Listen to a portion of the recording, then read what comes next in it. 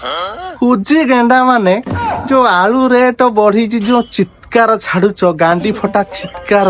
ଆଜ୍ଞା ଓଡିଶାରେ ଏକା ଆଳୁ ରେଟ ଟା ବଢି ନାହିଁ ସବୁଆଡେ ଆଳୁ ରେଟ ଟା ବଢିଛି ଦିଲ୍ଲୀରେ ୟୁପି ପାଖରେ ରହିକି ବି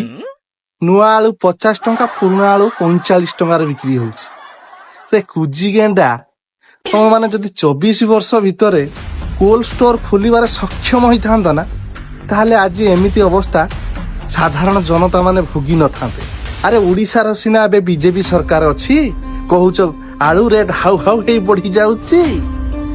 ଦିଲ୍ଲୀରେ କେଉଁ ଉପାୟ ଅଛି ରେ ଦିଲ୍ଲୀରେ ଆମ ଆଦମୀ ପାର୍ଟି ଅଛି ନା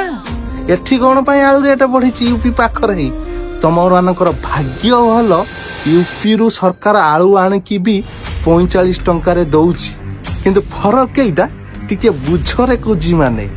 ତମେ ମାନେ କେବେ ବୁଝିପାରିବନି କୁଜି ମାନେ କାହିଁକି ନା ତମେ ମାନେ ଯୋଉ ମାରି ଛାଟି ଯୋଉ ଖାଉଥିଲ ସେଟା ଆଉ ମିଳୁନାହିଁ କଥାଟା ସେଇଠି ସେଥିପାଇଁ ତମର ଖାଲି ସଲସଲ ହଉଛି ଗଲଗଲ ହଉଛି ଆଳୁ ରେଟ ବଢି ଯାଉଛି କୋଲ୍ଡ ଷ୍ଟୋର ଖୋଲିକି ରଖିଲନି କୁଜି ଗେଣ୍ଡା